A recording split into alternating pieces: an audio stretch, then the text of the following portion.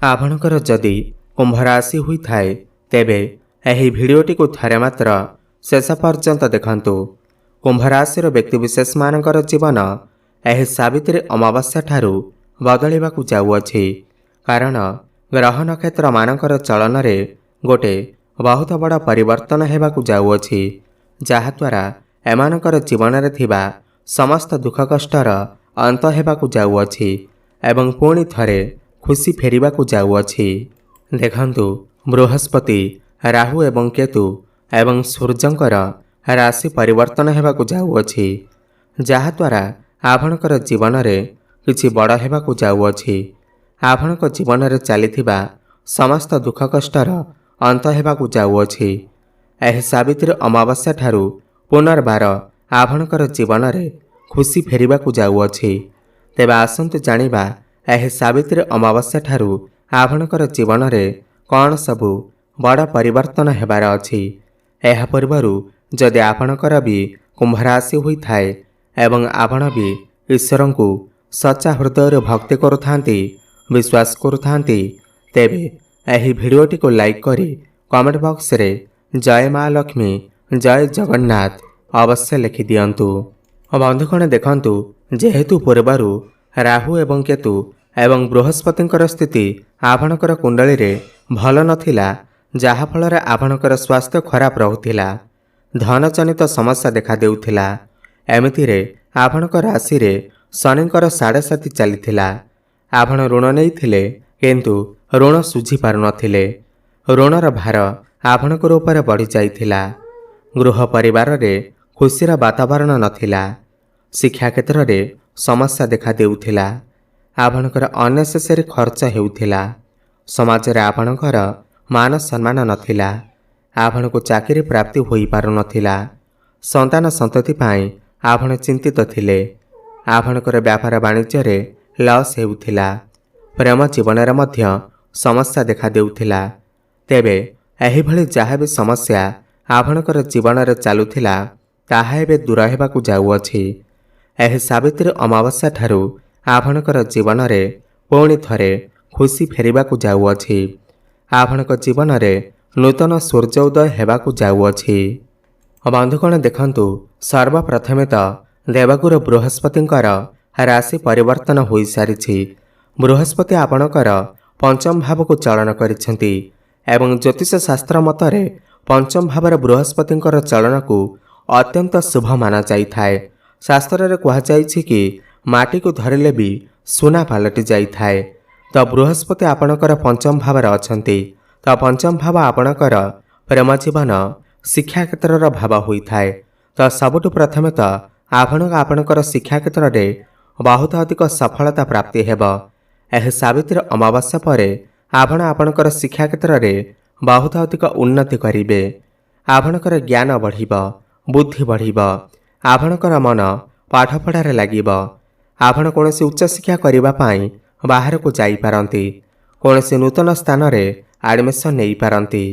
एही सावित्री अमावास्या परे जदि आपणकर किछि एग्जाम अछि, तेबे सेथिरे आपण निश्चिंत भावरे उत्तीर्ण करिवे। कॉम्पिटिटिव एग्जाम रे, सरकारी परीक्षा रे आपण को निश्चिंत भावरे सफलता प्राप्ति हेबो। आपण को समस्त इंटरव्यू रे मध्य सफलता प्राप्ति हेबो। तो शिक्षा क्षेत्र को नहीं एही सावित्री अमावास्या परर समय आपणक पाई अत्यंत शुभ अटे। एवं बृहस्पति एठारे बसी आपणकर नवम, आपणकर एकादश एवं आपणकर निज राशि को देखुछंती। तो प्रेम जीवन रे आपणको सफलता प्राप्ति हेबो।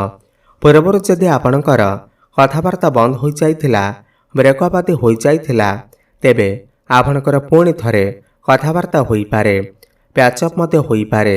एवं जो माने भी सिंगल अछंती, तो सेमानकर पुणी थरे कथावार्ता होई पारे। आपणको नूतन पार्टनर मध्य मिली पारंती। आपणकर भल पाइबा एही सावित्री अमावास्या परे विवाहर रूप मध्य नेई पारे। एवं जो पिलामानकर विवाह होई नाही, विवाह बयस होई जाइथिले, सेमानकर घर को विवाह प्रस्ताव मान आसी पारे एवं विवाह फाइनाल मध्य होई पारे। मिलन सुख आपण को प्राप्ति हेबा। भ्रमण सुख आपण को प्राप्ति हेबा। गुरु एठारे बसी आपणकर भाग्य भाव नवम भाव को देखुछंती, ତ ଭାଗ୍ୟ ଆପଣଙ୍କର ପୂର୍ଣ୍ଣ ମାତ୍ରାରେ ସାଥ ଦେବ। ଭାଗ୍ୟ ବଳରେ ଆପଣ ସମସ୍ତ କ୍ଷେତ୍ରରେ ସଫଳତା ପ୍ରାପ୍ତି କରିବେ। କମ୍ ପରିଶ୍ରମରେ ଆପଣଙ୍କୁ ଅଧିକ ସଫଳତା ପ୍ରାପ୍ତି ହେବ। ଆପଣ କୌଣସି ପ୍ରପର୍ଟି, ଭୂମି, ଜମି କିମ୍ବା ନୂତନ ଗୃହ ଇତ୍ୟାଦି ନିର୍ମାଣ କରିପାରନ୍ତି। ସେୟାର ମାର୍କେଟ, ଷ୍ଟକ୍ ମାର୍କେଟ ଏବଂ ଟ୍ରେଡିଂରେ କାମ କରୁଥିବା ଲୋକମାନଙ୍କୁ ଆକସ୍ମିକ ଧନ ପ୍ରାପ୍ତି ହେବାର ମଧ୍ୟ ଯୋଗ ବନୁଅଛି। ଏହି ସାବିତ୍ରୀ ଅମାବାସ୍ୟା ପରେ ଆପଣଙ୍କର ମନ ଧର୍ମ ଆଡ଼କୁ ଅଗ୍ରସର ହୋଇପାରେ। ଆପଣ ଧାର୍ମିକ ହେବାକୁ ଲାଗିବେ। କୌଣସି ଧାର୍ମିକ ସ୍ଥାନକୁ ଯାତ୍ରା କରିପାରନ୍ତି। ସମାଜରେ ଆପଣଙ୍କର ମାନ ସମ୍ମାନ ପ୍ରତିଷ୍ଠା ବଢ଼ିବ। ଯଶ କୀର୍ତ୍ତି ପ୍ରାପ୍ତି ହେବ। ଗୁରୁ ଏଠାରେ ବସି ଆପଣଙ୍କର ଏକାଦଶ ଭାବ ଇଚ୍ଛା ପୂର୍ତ୍ତିର ଭାବକୁ ଦୃଷ୍ଟି ଦେଉଛନ୍ତି। ତ ଆପଣଙ୍କର ଦୀର୍ଘଦିନ ଧରି ଯଦି ଆପଣଙ୍କର ମନରେ କିଛି ମନସ୍କାମନା ଥିଲା, କୌଣସି ବି ଇଚ୍ଛା ଥିଲା, ତ ଏହି ସାବିତ୍ରୀ ଅମାବାସ୍ୟା ପରେ ତାହା ପୂର୍ଣ୍ଣ ହେବାକୁ ଯାଉଅଛି। ଅଟକି ରହିଥିବା ଆପଣଙ୍କର ସମସ୍ତ କାର୍ଯ୍ୟ ପୁଣି ଥରେ ଚାଲୁ ହେବାକୁ ଲାଗିବ। ବଡ଼ ଭାଇ ଭଉଣୀଙ୍କର ସପୋର୍ଟ ଆପଣଙ୍କୁ ପ୍ରାପ୍ତି ହେବ। ଏକାଦଶ ଭାବ ଲାଭର ଭାବ ହୋଇଥାଏ। ତ ଚାରିଦିଗରୁ ଆପଣଙ୍କୁ ଲାଭ ହିଁ ଲାଭ ପ୍ରାପ୍ତି ହେବ। ସମସ୍ତ କ୍ଷେତ୍ରରେ ଆପଣଙ୍କୁ ଲାଭ ପ୍ରାପ୍ତି ହେବ। କୌଣସି ଗୁପ୍ତ ଧନ ଆପଣଙ୍କୁ ପ୍ରାପ୍ତି ହୋଇପାରେ। ପୈତୃକ ସମ୍ପତ୍ତିର ଆପଣଙ୍କୁ ପ୍ରାପ୍ତି ହୋଇପାରେ। ପିତାଙ୍କ ସହିତ ସମ୍ପର୍କ ଆପଣଙ୍କର ବହୁତ ଭଲ ରହିବ। ପିତା ଆପଣଙ୍କୁ ସମସ୍ତ କ୍ଷେତ୍ରରେ ସାହାଯ୍ୟ ସହଯୋଗ କରିବେ ଏବଂ ଆପଣଙ୍କର ପିତାଙ୍କର ଯଦି ପୂର୍ବରୁ କିଛି ସ୍ୱାସ୍ଥ୍ୟଗତ ସମସ୍ୟା ଲାଗି ରହିଥିଲା, ତାହା ମଧ୍ୟ ଦୂର ହୋଇଯିବ। ଏବଂ ଗୁରୁ ଆପଣଙ୍କର ପଞ୍ଚମରେ ରହି ଆପଣଙ୍କର ଲଗ୍ନକୁ ଦେଖୁଛନ୍ତି, ଆପଣଙ୍କର ନିଜ ରାଶିକୁ ଦେଖୁଛନ୍ତି। ତ ପୂର୍ବରୁ ଯଦି ଆପଣଙ୍କର କିଛି ସ୍ୱାସ୍ଥ୍ୟଗତ ସମସ୍ୟା ଲାଗି ରହୁଥିଲା, ତ ଆପଣ ଯଦି କୌଣସି ବଡ଼ ରୋଗରେ ଆକ୍ରାନ୍ତ ଥିଲେ, ତ ଆପଣ ସମସ୍ତ ରୋଗରୁ ଆପଣଙ୍କୁ ମୁକ୍ତି ମିଳିଯିବ। ଆପଣ ସ୍ୱାସ୍ଥ୍ୟବାନ ଅନୁଭବ କରିବେ। ସମାଜରେ ଆପଣଙ୍କୁ ମାନ ସମ୍ମାନ ପ୍ରାପ୍ତି ହେବ।